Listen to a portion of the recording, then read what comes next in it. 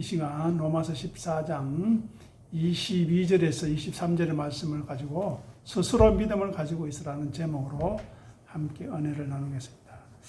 자, 오늘 본문 14장 22절 상반절에 네게 있는 믿음을 하나님 앞에 스스로 가지고 있으라, 이 말은 그리스도인의 성숙함이 외적인 자유나 자기를 드러내는 과시에 있는 것이 아니라 하나님 앞에서의 내적 확신에 있음을 보여줍니다.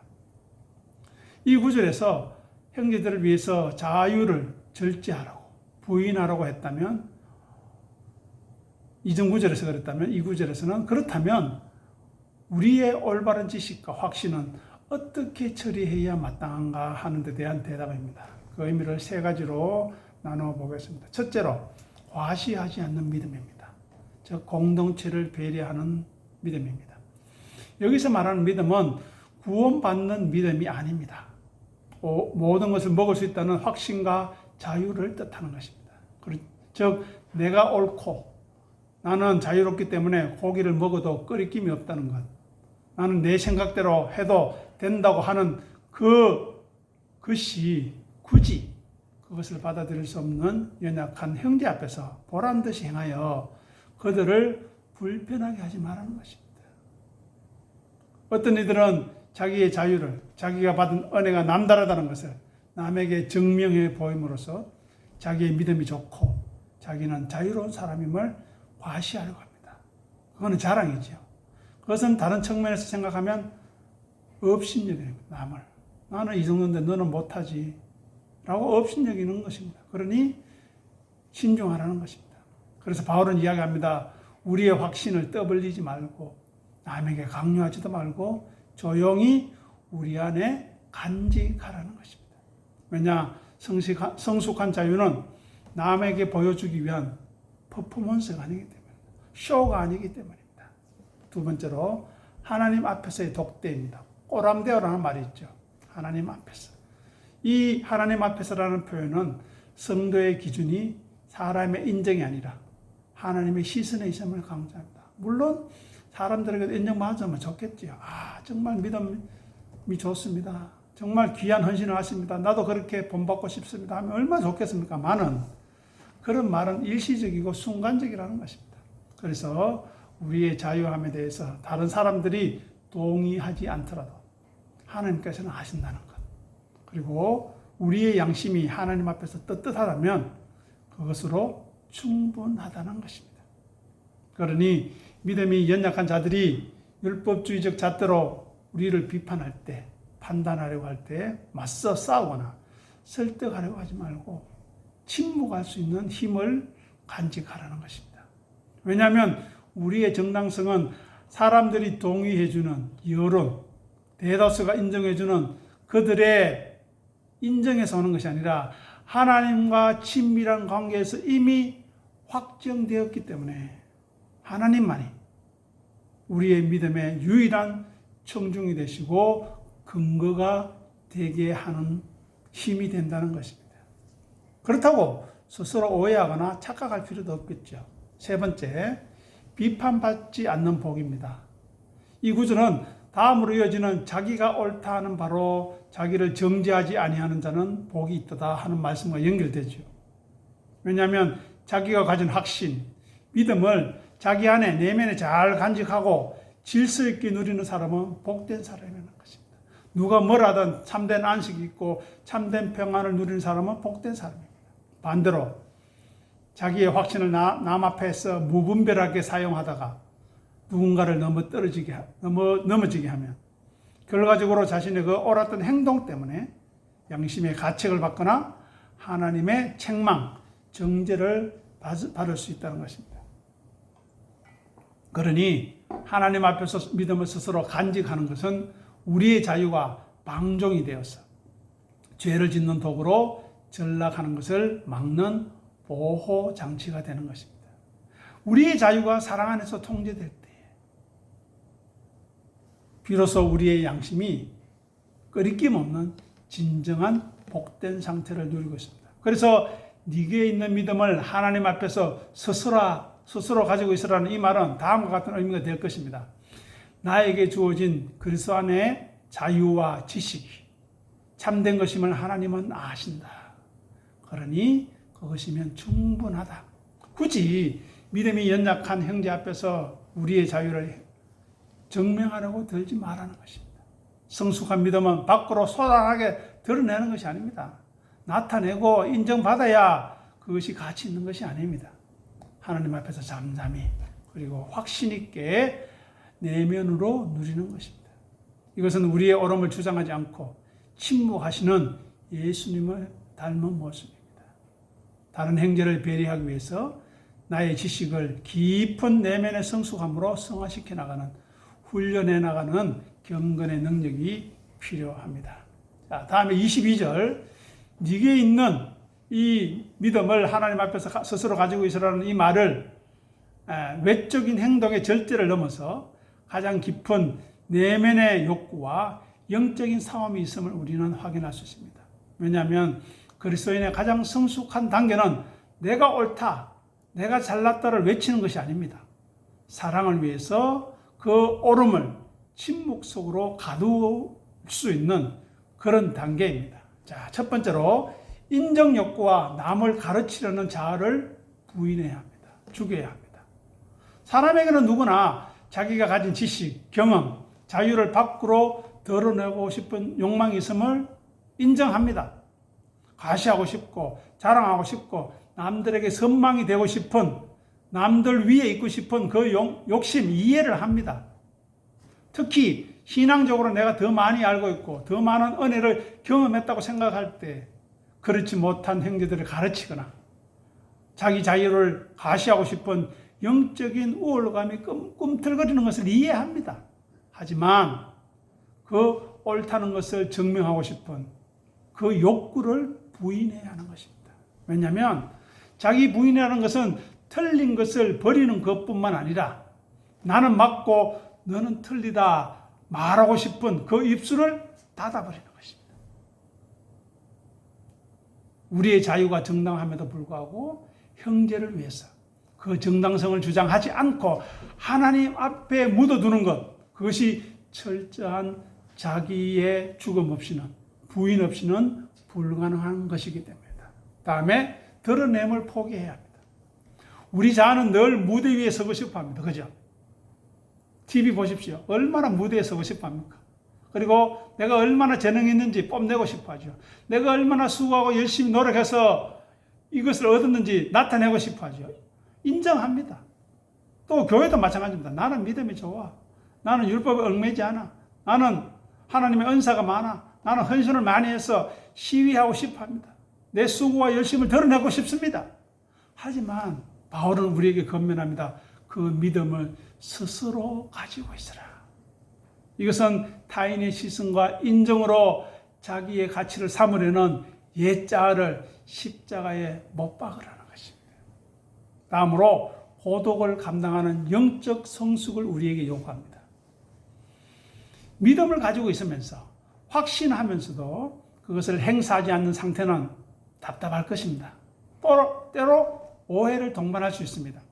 그래서 22절에서 말하는 스스로 가지고 있으라는 이 명령은 십자가의 고독과 무거운 짐을 지는 태도와 연결되는 것입니다. 즉 오해받는 고독의 십자가를 인정하라는 것입니다. 예수님이 얼마나 오해받았습니까? 배우지 못했죠. 나사렛 깡촌에서 자랐죠. 아버지가 세상 사람들 인정해주지 않는 목수지요. 뭐 드러낼 것이 있습니까? 그런데 자기가 하나님 아들이라고 하는 거 무슨 소리? 어디 감히? 라고 서기관과 율법학자와 제사장들에게 욕을 먹었습니다. 대적을 당했습니다. 그리고 마침내 죽었습니다. 이렇게 자유한 자가 자유를 절제하게 되면 영문을 모르는 연약한 자들은 도리어 그를 판단하거나 율법적인 사람으로 오해하고 오판하고 죽일 수 있다는 것입니다. 그때 어떻게 하라고요? 해명하지 말고 오히려 변명하지 말고 그 진실을 하나님과 나 사이에만 두고 묵묵히 견뎌내는 것, 그것이 바로 침묵하시는 예수님을 따르는 자기 십자가가 될 것입니다. 다음에 불편함이라는 멍에를 져야 합니다. 믿음이 있는데 안 하는 것과 믿음이 없어서 못하는 것은 천지차이 아니겠습니까? 믿음이 있는 자가 연약한 자의 눈높이에 맞춰서 스스로를 제한하고 낮추어 주는 것은 마치 건장한 어른이 걸음 많은 아이의 속도에 맞춰서 손잡고 천천히 걷는 것처럼 근육이 당기고 답답한 일일 것입니다. 하지만 그 사랑의 답답함을 기꺼이 짊어지는 것이 이 구절이 말하는 십자가인 것입니다. 천천히 같이 가주라는 것입니다. 다만 하나님만 아시면 됩니다. 이 고백이 자기 부인과 자기 십자가의 절정입니다. 그래서 우리의 지식과 자유가 사람들 앞에서 박수받거나 옳다고 인정받으려는 그 욕망을 포기할 수 있어야 합니다. 그리고 나의 성숙한 믿음을 형제의 유익을 위한 비밀로 간직하시고 그로 인해서 오는 답답함과 외로움을 하나님 앞에서 홀로 감당하며 말씀으로 위로받는 것입니다. 그래서 사도 바울은 자기를 부인하고 사랑의 십자가를 짐으로 자기 자신을 정죄하지 않을 수 있는 사람, 자신의 자유를 방종으로 변질시켜서 죄책감에 빠지지 않을 수 있는 사람, 그 사람이 진정으로 복이 있다는 것입니다. 이것은 자기를 죽인 자만이 누릴 수 있는 하나님 안에서의 깊은 평안인 것입니다. 다음으로 23절을 보겠습니다. 23절을 보면 여기에 기독교 윤리의 대단원을 맺고 있는 아주 무겁고도 중요한 원칙이 담겨져 있습니다. 여기서 믿음을 따라 행한다는 것은 그 의미를 이해하기 위해서는 믿음이라는 단어의 특수한 용법과 죄의 본질을 우리가 파악하고 있어야 합니다. 첫 번째, 여기서 말하는 믿음의 정의는 양심의 확신입니다. 보통 성경에서 믿음이라고 하면 무슨 말입니까? 예수 그리스도를 구주로 영접하는, 구원받을 수 있는 구원의 근거가 되는 믿음을 뜻하지만 여기서의 믿음은 조금 다릅니다.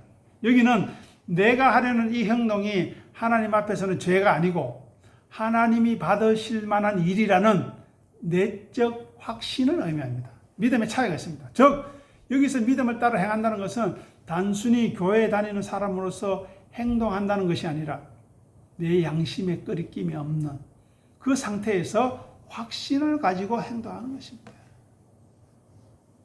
하나님이 내가 하는 이 일을 기뻐하신다는 확신이 없다면, 하나님이 이것을 인정해 주시리라는 확신이 없다면, 혹은 그 찜찜한 마음으로 행동하는 것은 믿음으로 행하는 것이 아니라는 것입니다. 두 번째, 의심의 본질입니다. 하나님의 시선보다, 하나님 앞에서 내가 어떻게 서느냐보다 자기 욕구를 앞세우는 태도입니다. 바울이 뭐라고 합니까? 믿음에서 나오지 않는 모든 것이 죄라고 단언합니다. 무슨 말일까요? 우상의 제물을 먹는 행위 자체는 죄는 아닙니다. 그죠? 그런데 이게 죄일까 아닐까 하고 의심하면서 먹으면 그것이 바로 죄가 된다는 것입니다. 왜일까요? 바로 하나님을 경외하는 경외가 결핍되어 있기 때문입니다. 만약 생각해 보십시오. 어떤 사람이 이것이 하나님께 죄가 될 수 있겠다 생각하면서 하나님이 기뻐하지 않을 수도 있겠다 하면서 그것을 행했다면 그는 하나님의 뜻을 어길 가능성보다 당장의 자기의 유익과 사욕과 욕심, 자기 자랑을 더 중요하게 선택했다는 뜻이 되는 것입니다. 그리고 영적인 반역입니다. 하나님이 싫어할지도 모른다는 의심을 무시하고 그 신호를 무시하고 강행하는 태도는 실제 그의 행동의 옳고 그름을 떠나서 그 마음의 태도 자체가 하나님을 경외하지 않는 반역적인 심리가 되기 때문에 죄가 된다는 것입니다. 그러면 믿음을 따라 행하는 구체적인 삶의 의미를 살펴보겠습니다. 우리가 읽은 로마서 14장 23절의 근거에서 믿음에 따라 행하는 삶은 이렇게 우리가 생각할 수 있습니다. 첫 번째, 행동과 양심이 일치해야 합니다. 내가 겉으로 하는 말과 행동이 내면의 깊은 양심과 충돌하지 않아야 합니다. 화날 때 화내십시오. 욕하고 싶을 때 욕하십시오. 하지만 화내고 욕한 자기의 더러움을 인정하고 하나님 앞에 용서를 구하라는 것입니다. 예수님도 말씀하셨습니다. 이 독사의 새끼들아, 이 마귀 자식들아, 말씀하셨습니다. 왜냐하면 자기들이 그런지 모르기 때문입니다. 예수님은 그렇게 하셨지만 우리는 그렇게 했더라도 하나님, 제가 이런 말을 했군요. 나도 똑같은 사람입니다. 아니, 나도 더한 사람임에도 불구하고 이런 말을 내뱉었습니다. 나를 먼저 불쌍히 여겨주시고 그 상대방도 불쌍히 여겨주시기를 위해서 기도해야 한다는 것입니다. 그러니 남들이 다 한다고 해서 따라가는 것은 곤란합니다. 저 사람이 저리 하니 나도 해야지. 안 됩니다. 내가 하는 행동과 말이 하나님의 말씀에 근거해서 하고 있는가? 믿음을 따라 하고 있는 것을 생각하라는 것입니다. 우리와 하나님 관계 속에서 예스라는, 맞다라는 응답이 있을 때 움직이라는 것입니다. 두 번째, 멈출 줄 아는 용기입니다. 무엇을 해야 할지 판단이 서지 않을 때, 확신이 들지 않을 때, 마음 한구석에 끄리낌이 있을 때, 의심이 있을 때는 일단 멈추는 것이 믿음입니다. 불확실할 때 멈추는 것은 믿음이 없는 것이 아닙니다. 하나님께 죄를 짓지 않기 위해 가장 적극적인 믿음의 행동이라는 것입니다. 세 번째로, 자기 합리화가 아닌 말씀에 근거한 확신을 가지고 해야 한다는 것입니다. 믿음을 따라 행한다는 것은 단순히 나는 괜찮다라고 스스로 체면을 거는 자기 합리화 아닙니다. 나는 이 정도면 괜찮아. 나는 이 정도면 뭐 부끄럽지도 않아. 자기 합리화입니다. 왜냐하면 우리는 예수 그리스도라는 믿음의 대상이 있지 않습니까? 우리가 예수 그리스도의 믿음의 분량까지 자라나야 합니다. 그런데 나는 괜찮아. 나는 이 정도면 충분해. 어떻게 그렇게 생각하고 말을 할 수 있습니까? 그거는 무지한 말입니다. 그거는 부끄러운 말입니다. 그것은 믿음의 사람이 할 말이 아닌 것입니다. 늘 자기의 부족함을 알고 말씀 앞에 진실하게 자기를 시험으로 그 말씀이 우리에게 지적하는 잘못된 것을 받아들이고 회개하고 또 말씀이 지적하는 그 말씀 따라 내가 행하고 있을 때 감사하고 아멘으로 화답할 수 있어야 하는 것입니다.